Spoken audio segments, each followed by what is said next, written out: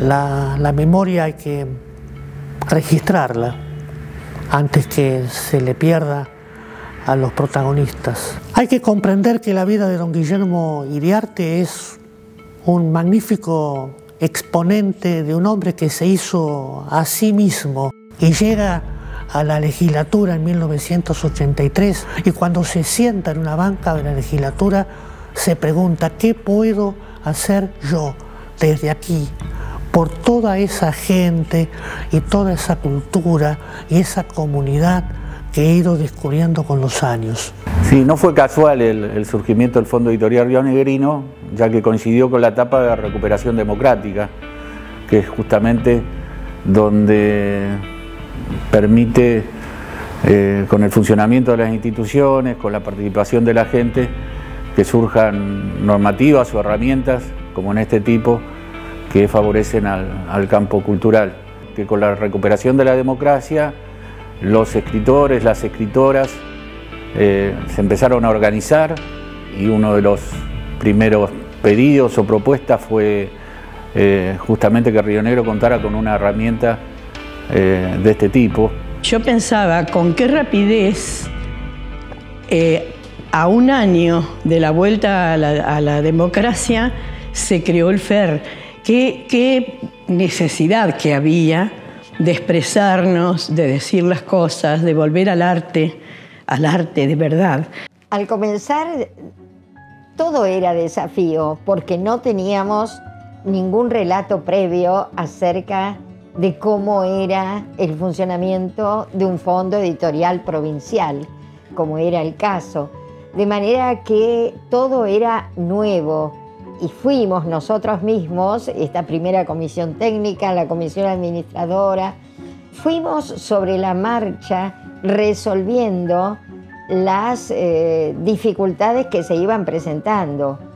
Ese contexto permitió que, por ejemplo, junto con el diseño y el proyecto de ley que generara don Guillermo Iriarte, que iba paralelo a los encuentros locales, a la creación de centros de escritores locales y a la creación de la Federación de Escritores Rionegrinos, que tuvo vigencia durante justamente la primera gestión de gobierno, y también a la digamos, promoción de talleres literarios en distintas zonas de la provincia. Una experiencia maravillosa, sin maravilla, donde la palabra era la maravilla.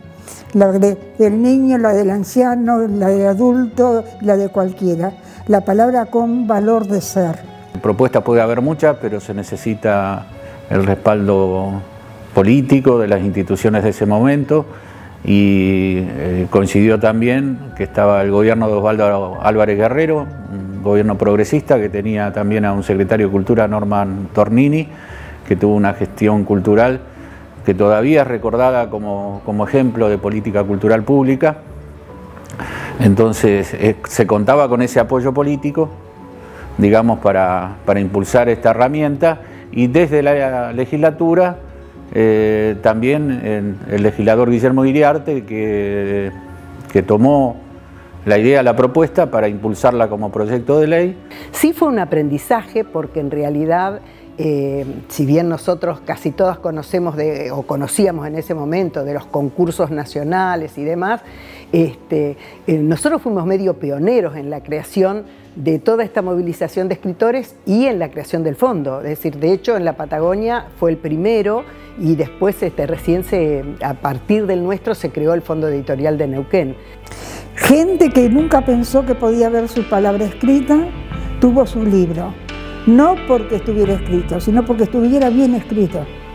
Bien escrito en el sentido del uso del idioma, en el sentido de la profundidad de su palabra, en el sentido de que pudo de alguna manera mostrar su lugar de origen, su lugar de estar en esta provincia de Río Negro, que es una maravilla. ¿Cómo funcionábamos? Bueno, nos mandaban a nosotros las copias de los textos que se mandaban. Lo trabajamos cada una en su lugar y hacíamos un informe escrito. Entonces después, cuando terminábamos todos los informes, nos reuníamos y poníamos cada informe en común y lográbamos, digamos, una discusión, un consenso para decidir si la obra era o no seleccionada. Pero nosotros nos preocupamos muchísimo no solo por las obras seleccionadas, sino por las obras no seleccionadas. Entonces, ante cada obra no seleccionada, producíamos allí en esos encuentros un informe particular que le permitiera conocer al escritor cuáles eran sus fortalezas, cuáles eran sus debilidades y sugerencias para trabajar sobre las debilidades. Es decir, que fue un jurado con una intención formativa. El fondo ha sido un estímulo absolutamente extraordinario, pero no solo para la literatura de Río Negro, para toda la literatura patagónica también. Sobre mis sombras llueve, ahogándonos en salmos. Ayer fue sábado, hoy, libre de mí, vuelo.